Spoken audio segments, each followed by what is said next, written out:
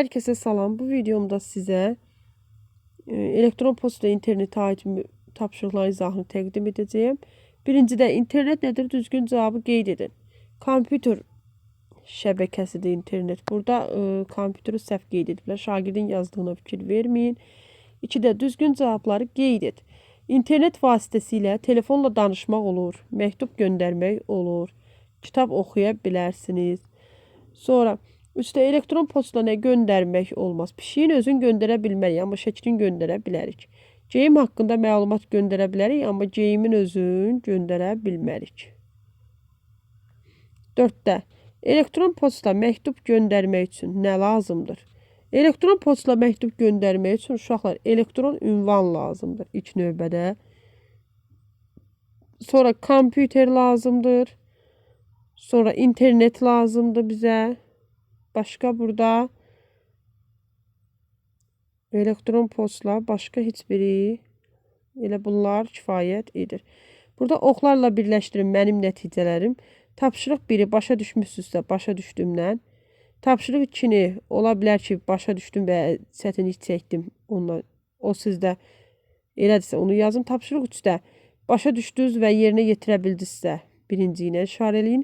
Tapşırıq 4-ü başa düşmədim, yerinə yetirə bilmədinizsə, ola bilər ki, heç başa düşmüsünüz və ya çətinliklə yerinə yetirmisiniz. Bu 4-cünü qeyd etməyə də bilərsiniz. Ya da hər hansı biri, birincini də burada qeyd etməyə bilərsiniz. Sonra ümumiləşdirici suallara baxaq, tapşırıqlara yəni.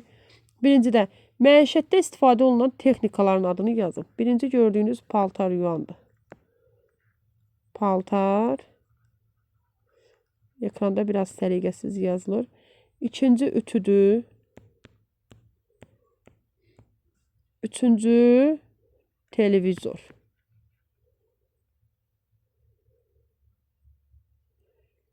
Vizor. İkidə informasiya ilə işləməyən texnikanı qeyd edin.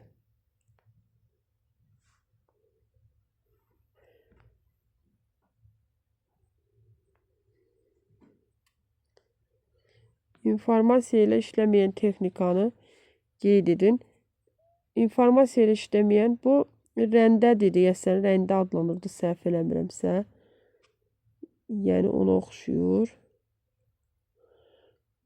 Fotoaparat işləyir. Bu rəndə dediyim işləmir. Video kamera informasiya ilə işləyir. Mikroskopda informasiya ilə işləyir. Səhv eləmirəmsə rəndədir uşaqlar. Dəqiq cavabını bilən varsa rəy bölməsinə yazsın. Sonra 3-də aşağıdakı məqsədlər üçün hansı vasitədən istifadə etmək daha münasibdir? Çərçivələrdə müvafiq vasitənin nömrəsini yazın. Baxın, evdən təcili yardıma zəng etmək üçün. Təcili yardıma evdən zəng etmək üçün 5 ev telefonundan istifadə edə bilərsiniz. Filmə baxmaq üçün 7-də baxın. Burada 7-də nədir? Televizor. İstifadə edə bilərsiniz. Küçədə musiqi dinləmək üçün 3-cüdən istifadə edə bilərsiniz. Ana tezdən işə gedərkən məktəbli oğluna məlumat saxlamaq istəyirsə qeyd vərəqlərindən istifadə edə bilər. Başqa şəhərdə yaşayan dosta mesaj göndərmək üçün telefonunuzdan istifadə edə bilərsiniz. 6-dır. Xəbərləri dinləmək üçün radiodan istifadə edə bilərsiniz. Zalda olan insanlara müraciət etmək üçün mikrofondan istifadə etmək olar.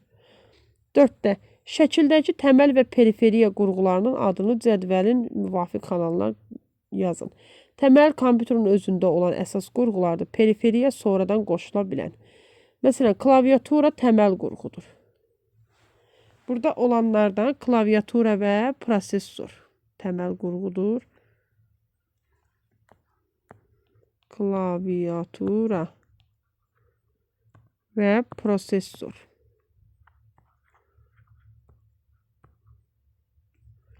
Amma qulaqlıq sonradan, qulaqlıqlar sonradan qoşula bilər. Qulaqlıq. Sonra printer sonradan qoşula bilər. Sonra səs ucaldan sonradan qoşula bilər. və skanerdir bunun adı. Skaner də sonuncu. Sonradan qoşula bilər.